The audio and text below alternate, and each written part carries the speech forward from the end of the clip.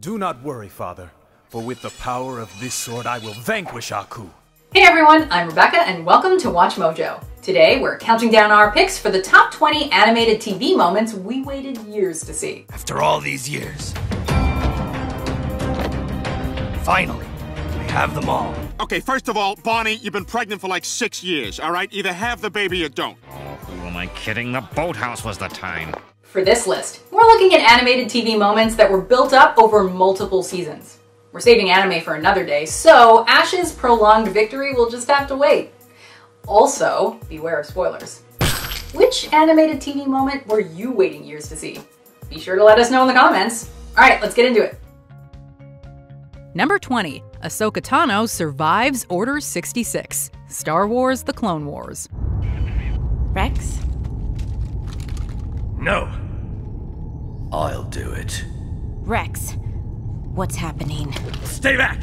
When the Clone Wars initially ended in 2014, there were still a few gaps in Ahsoka's character arc. Ahsoka would go on to appear in Star Wars Rebels, which takes place between Revenge of the Sith and A New Hope. Ahsoka. My name is Ahsoka Tano. While this clarified that Ahsoka did survive Order 66, fans wanted to see how she survived the infamous protocol. You survived. When Clone Wars returned for its final season in 2020, this plot point was finally explored from Ahsoka's point of view. Her face says everything as she realizes that Anakin has turned to the dark side. Don't listen to him, Anakin! It's not the Jedi way. He must live his dangerous faith. I need him! Ahsoka isn't given much time to process this, however, as she finds herself surrounded by clone troopers, including Rex. Find him! Fight!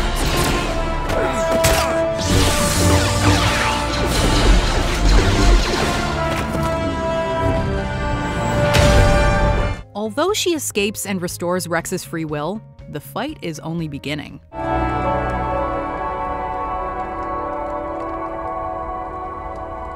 Number 19. Adora and Catra kiss. She-Ra and the Princesses of Power. I can still save everybody. It's okay. I'm ready. Adora and Catra's relationship goes through a fascinating evolution over the course of this show's 5-season run. They begin as best friends, but turn into bitter enemies once Adora finds the Sword of Protection. Even when they're at each other's throats, the audience can sense a clearly romantic tension between these two.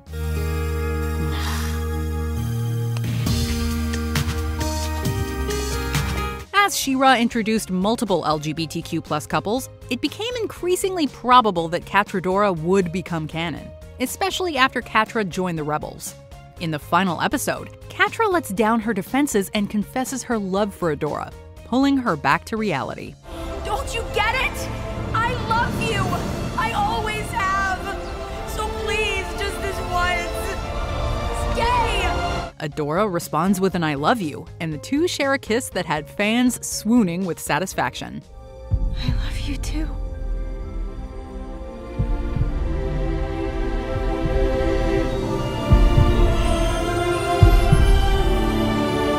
Number 18. Goliath and Elisa get together. Gargoyles. So, things have come full circle. Somehow they always do. They may come from different worlds and time periods, but Goliath and Elisa shared chemistry from the moment they met. Being different species, the two aren't sure how to address their mutual attraction for each other. Thank you. Hey, nobody messes with my best friend. We'll be in touch. After 2 seasons and 65 episodes, the Beauty and the Beast find that they can no longer deny their feelings. As the sun rises, a new relationship dawns with Elisa giving Goliath an overdue kiss. Goliath is usually such a brooding figure, which makes the smile on his face as he turns to stone all the more gratifying. While their relationship would face other hurdles in the continuity of the comics, this moment was the perfect way to cap off what many fans consider Gargoyle's golden age. You know how I feel about you, right? How we both feel. Yes. Good. Number 17. Archer wakes up from his coma. Archer. I really could have fallen for you. Really? My God, yes. But unfortunately... Season 7 of Archer left us with a major cliffhanger as the titular character finds himself severely wounded, lying face first in a pool. In the Season 8 premiere, it's revealed that Sterling Archer survived, but has fallen into a coma. Although, there's no telling what he knows, or what he's thinking about. Well, dreaming about, I suppose. Over the next 3 seasons, Archer dreamed about being a hard-boiled detective, an adventurous pilot, and a space traveler. Although this new direction provided some humorous storylines, it was hard to get that invested in inconsequential dreams. Viewers were growing restless, and in the Season 10 finale, Archer finally woke up. Goddamn Barry. Mother? Sterling? Archer learns that he's been unconscious for 3 years, and although not all of our questions are immediately answered, we were just glad to have Archer back in action. Wait. How long have I been here? Mother? Sterling? Mother, how long have I been here? 3 years. Number 16, Timmy tells his parents about his fairies, the Fairly Odd Parents. Tell me your secret, Timmy Turner. I'll never tell you my secret! Since the first episode, it's been established that if Timmy Turner reveals his fairy godparents to anyone, they'll be forced to go away forever. Hold it, Tiger! You can't tell anyone about us! If you do, we'll just go away forever. Thankfully, most of the adults in Dimsdale are, well, dim. The only one who's suspicious is Timmy's fairy-obsessed teacher, Denzel Crocker. I may have spent every penny of my hard-earned teacher salary on this high-tech fairy detection van, but it shall all be worth it once I finally capture a fairy godparent! We always wondered what would happen if Timmy's fairies were exposed, or if Crocker succeeded in capturing them. In the television movie Abracatastrophe, we get to see Crocker take over the world using Cosmo and Wanda's magic. It's working. I feel the magic. Yes, I can wish for anything! Backed into a corner, Timmy only sees one solution: telling his parents about his fairies and thus sending them away. You see those 2 creatures floating in Crocker's scepter? Hey, they have the same eyes as your goldfish. And the same eyes as your notebooks. While an anniversary wish sets things back to normal, it was cool to see the scenario play out. 'Cause their names are Cosmo and Wanda. Timmy, no! And they're my fairy godparents! Number 15, Bonnie gives birth. Family Guy. Although we considered including Stewie's big confrontation with Lois on this list, that was technically a simulation. So what you're saying is that what you experienced in the simulation didn't really happen or even matter? Yes, that's correct. So it was sorta like a dream? No, it was a simulation. So instead, we're focusing on another baby, Susie Swanson, who spent a good portion of this show's run in her mother's belly. When Bonnie was introduced in the first season, she appeared well into her pregnancy. Well, we are gonna miss the go pace of Providence, but with number 2 on the way, Joe thought it was time to move, and I can't say no to Joe. Ever. As the years went by, however, Bonnie showed no signs of giving birth. Peter even called her out on this when Family Guy returned for a 4th season. Okay, first of all, Bonnie, you've been pregnant for like 6 years, all right? Either have the baby or don't. Yet it wasn't until season 7 that Bonnie brought Susie into the world. Attention, everyone. This is a twist tie. It comes with every loaf of bread. When we're done selecting our piece of bread, we use the tie to preserve... Oh, my God! So, does this mean that the past 116 episodes took place in under 9 months? Man, cartoon logic is weird. Regardless, Stewie was no longer the only baby on Spooner Street. Who is that angel? That's Susie Swanson. You don't say. Number 14, Defeating Shredder, Teenage Mutant Ninja Turtles. Tonight, it ends! For over 100 episodes, the Ninja Turtles were locked in an ongoing struggle with the Shredder, sometimes prevailing and other times failing. Tensions climaxed in Season 4 when Splinter tragically met his end at the hands of Super Shredder. And now, Hamato Yoshi dies! This set the stage for a kick-ass final battle in the season finale, culminating in a showdown between Leonardo and the Turtles' arch-nemesis. Not only did this fight deliver, it also totally made up for that anticlimax in Ninja Turtles 2: The Secret of the Ooze. Remember in that 1991 movie when Super Shredder just gets crushed by a pier and that's it?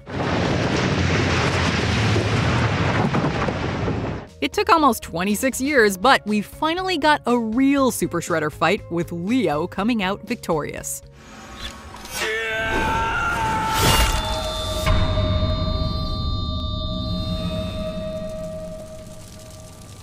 Number 13, Smithers Comes Out, The Simpsons. A lot has changed since The Simpsons premiered in 1989. LGBTQ+ characters have gained more prominence on television, and in season 27, the writers felt it was time for Waylon Smithers to come out to Mr. Burns. The truth is, sir, I'm in love with... The sound of your own voice, yes. Well, no dog would I listening to the nightingale trill her unending tune. This decision received a divisive response when it was announced, as Smithers' infatuation with Mr. Burns had been one of the show's most famous running gags. Hello, Smithers. You're quite good at turning me on. You probably should ignore that. Others welcomed the progressive storyline given the shifting television landscape. While Smithers gets cut off before he can confess his love to his boss, it is implied at the end that Mr. Burns knows Smithers is gay and accepts his sexuality, even if he doesn't reciprocate his feelings. Amazingly, that's enough. Thank you, sir. It's a sweet moment, although we still say the boathouse was the time. I love you. In those colors. Oh, who am I kidding? The boathouse was the time. Number 12, Fry and Leela hook up, Futurama. I want to hear how it ends. For its first 4 seasons, the will they, won't they tension between Fry and Leela kept Futurama viewers coming back for more. When the series was initially canceled, it ended on a romantic note between them, although not one that solidified their couple status.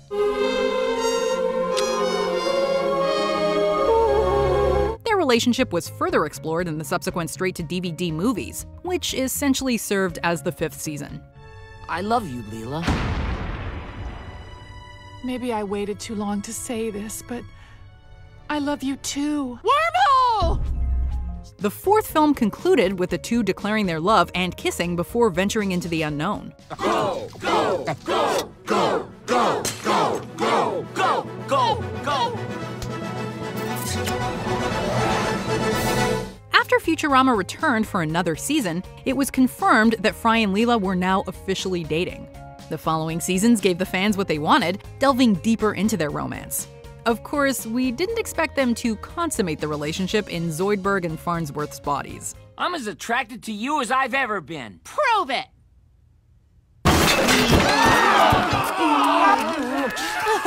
Number 11, Plankton gets the Krabby Patty secret formula, SpongeBob SquarePants.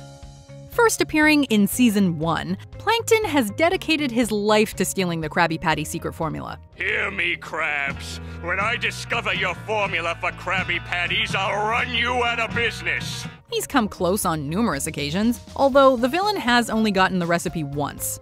Released after Season 3, the SpongeBob SquarePants movie saw Plankton frame Mr. Krabs. With Krabs frozen and SpongeBob on a quest, Plankton seized this opportunity to make off with the formula. Clancy, I love you! Since the film was initially conceived as a series finale, it made sense for Plankton to finally succeed, setting the stage for the ultimate fast food showdown. Considering that SpongeBob is still going years later though, we're a little confused where this fits in chronologically. In any case, we like to think of this as the end of Plankton's story. So, you're selling Krabby Patties, eh, Plankton? That's right, Squidward. Number 10, The Joker Learns Who Batman Is, the DC Animated Universe.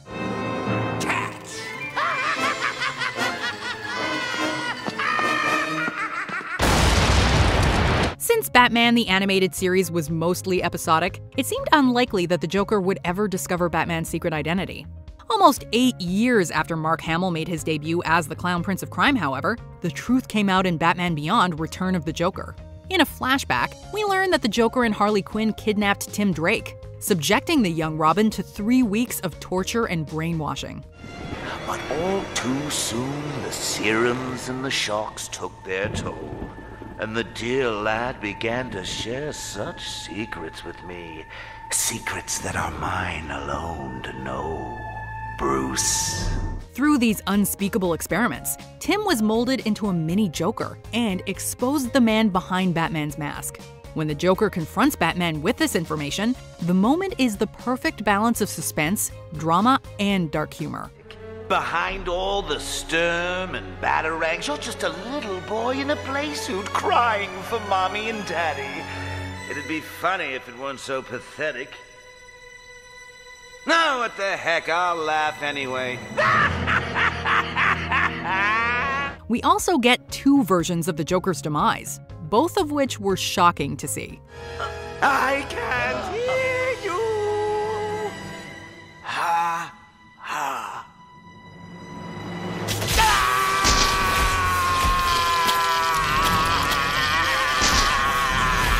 Number 9. Kim and Ron become a couple. Kim Possible. Initially, Kim Possible movie So the Drama was supposed to wrap up the Disney series. What better way to go out than by canonizing Kim Possible and Ron Stoppable's romantic attraction? You really think there's a guy out there for me? Out there? In here? Oh, really? Sure. Fans had been shipping these two from the beginning, and on several occasions, it was strongly suggested that they could one day become more than just friends. After almost 3 seasons, Ron expresses his true feelings to Kim, who shows him how she feels at the junior prom. You know, Ron, we better hurry. Hurry where? You'll see. We definitely shared the cheering crowd's enthusiasm. It finally happened. She's dating that loser. Kim Possible and Ron Stoppable are dating?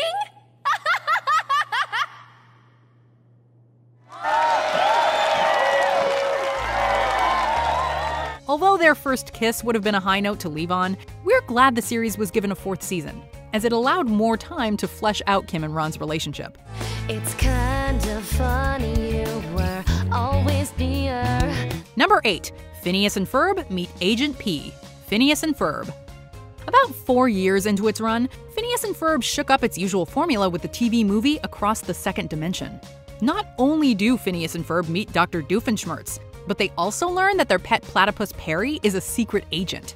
So not only have you been leading a double life this whole time, but you sat there and let us help an evil scientist open an evil portal into an evil dimension. And you did nothing to stop us? Well, he did pee on the couch. When a Doofenshmirtz from another dimension threatens everything they love, Phineas, Ferb, and Perry must thwart the evildoer while also trying to adjust to their new dynamic. Wait, I just realized. You could have been cleaning your own litter box this whole time. Oh, we are not done with this conversation. While most of the characters have their memories erased in the end, its execution doesn't come off as forced. And it was fun seeing the gang interact with Agent P. So none of us will remember any of today? That's right. Good. Isabella! Hit it, Carl! Wait! Isabella's kiss with Phineas is also wiped from their minds, but don't worry. That wouldn't be the last kiss between those two. Phineas? What are you doing? This.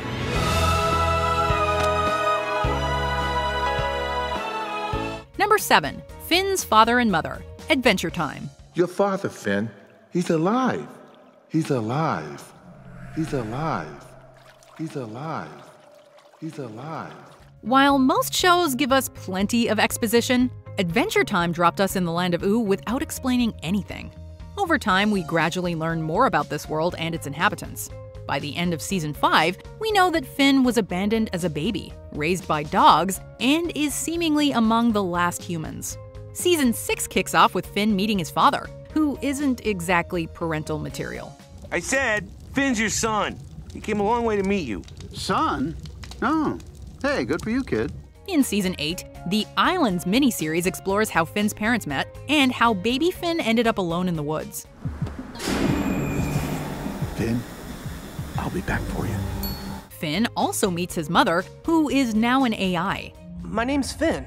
Are you my... It is you. Oh my gosh, I can't believe you're alive. My Nervabot, hug my son. While they also hit a couple of rough patches, Finn and Min ultimately get to develop the mother-son bond they always wanted. Living so merrily. Number 6. The Author's Identity. Gravity Falls. After all these years, finally, we have them all. Gravity Falls immediately had us hooked with a dozen questions. Above all else, we were eager to learn who wrote the strange journal that Dipper stumbled across in the forest. What is all this? The mystery only grew more fascinating as 2 other journals were uncovered, with all 3 seemingly having a connection to the machine in Stan's secret bunker. At one point, we're almost tricked into believing that Stan is up to something devious. Look into my eyes, Mabel! You really think I'm a bad guy? He's lying! Shut it down now! As we discover halfway through Season 2, though, Stan was attempting to open a portal. From the other side emerges Ford Pines, Stan's twin brother and the author of the journals. What? Who is that? The author of the journals. My brother. Whether you predicted this twist or not, this long-awaited reveal totally lived up to the immense hype. Number 5. Aang defeats Fire Lord Ozai, Avatar: The Last Airbender. Sozin's comet will return by the end of this summer, and Fire Lord Ozai will use its power to finish the war once and for all. Early in Season 1, Airbender Aang is informed that he must master the other 3 elements before Sozin's comet returns. If he fails, the comet will give the Fire Nation an advantage, allowing Fire Lord Ozai to take over the world. Aang, you must defeat the Fire Lord before the comet arrives. Ozai remains one of the most enigmatic figures in the series, not revealing his face until the 3rd season. As Sozin's comet draws closer, Aang gets all 4 elements down pretty well, but he isn't prepared to take Ozai's life. Ready or not, Aang faces off against Ozai in the series finale, and their battle proves every bit as epic as we'd hoped. Fire Lord Ozai, you and your forefathers have devastated the balance of this world, and now you shall pay the ultimate price! Gaining the upper hand, Aang finds a way to defeat Ozai while maintaining his morality, taking his bending ability away. What did you do to me? I took away your firebending. You can't use it to hurt or threaten anyone else ever again. Number 4. Arnold and Helga's happy ending. Hey Arnold. In the football head's first movie, Helga confesses her feelings to Arnold after nearly 6 years of buildup. I love you, Arnold. I've always loved you ever since I first laid eyes on your stupid football head. Although the ending reverts their relationship back to the status quo, creator Craig Bartlett wanted to give viewers closure in a second movie. This planned follow-up would also unveil what happened to Arnold's parents. I wonder if I'll ever find them. Even after the intended final episode set all of this up, however, Nickelodeon decided that another feature wasn't worth their investment. Regardless, Bartlett spent almost a decade and a half trying to get Hey Arnold: The Jungle movie made.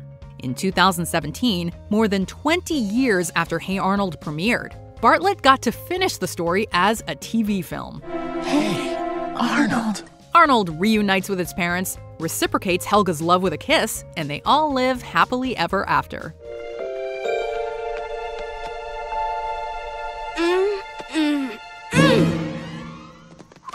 Number 3. Cartman's real father, South Park. The Season 1 finale of South Park left us all guessing who Cartman's biological father was. The answer is coming on an all-new South Park in just 4 weeks. What? Son of a bitch! Fans were not pleased when the Season 2 premiere trolled us with a Terrence and Phillip episode instead. Even after we got the proper follow-up, the big reveal that Cartman's father was his mother left something to be desired. I'm sorry I never told you, Eric. I just thought maybe it would be a little shocking to you. Oh, well, gee whiz, you think so, Mom? We had to wait until Season 14 for a satisfying explanation. Your father was in the room the day of your DNA test, but the results were tampered with.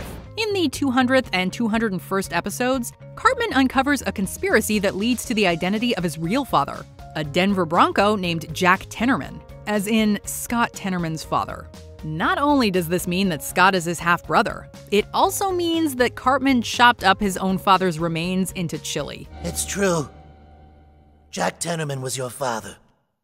You killed your own father, and then you fed him to your half-brother! Even more traumatizing, Cartman's half-ginger. Number 2. Aku's defeat, Samurai Jack. Once again, I am free to smite the world as I did in days long past. For almost 14 years, Samurai Jack was often listed among the best animated shows that ended on unresolved cliffhangers. Jack never got back to the past or defeated Aku. I'll be back, Samurai! I'll be back! The same year Hey Arnold made a comeback, Jack's story was given its due with a 5th and final season. Since the kids who grew up with Samurai Jack were all adults by this point, it made sense for the new season to have a more mature edge. Aku's grasp chokes the past, present, and future. Hope is lost. It also made sense to reflect the passage of time, revealing that Jack has been stuck in the future for 50 years. With some help from a member of the Daughters of Aku, Jack fulfills his destiny, traveling back in time to deliver the final blow.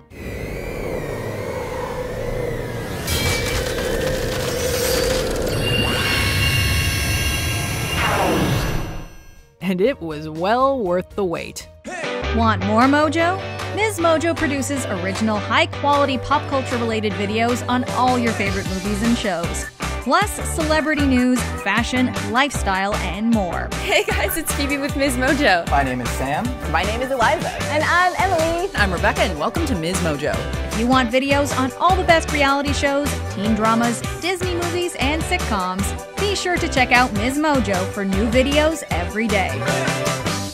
Number 1. Wile E. Coyote catches the Roadrunner, Supersonic.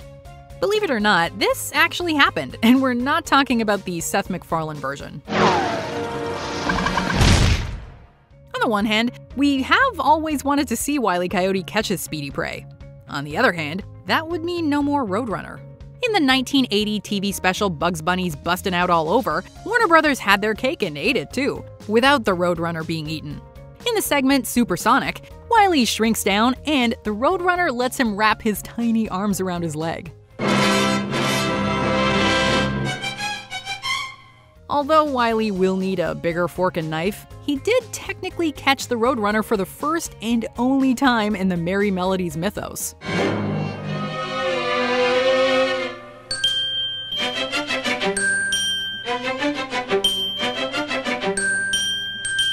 And it only took 31 years. The coyote is proof that persistence pays off, I guess, if you got like 30 years to wait. Anyway, like I said before, be sure to let us know in the comments which animated TV moments you waited longest for. Or come tell me on Twitter or Instagram at Rebecca Brayton, or on my YouTube channel. See ya.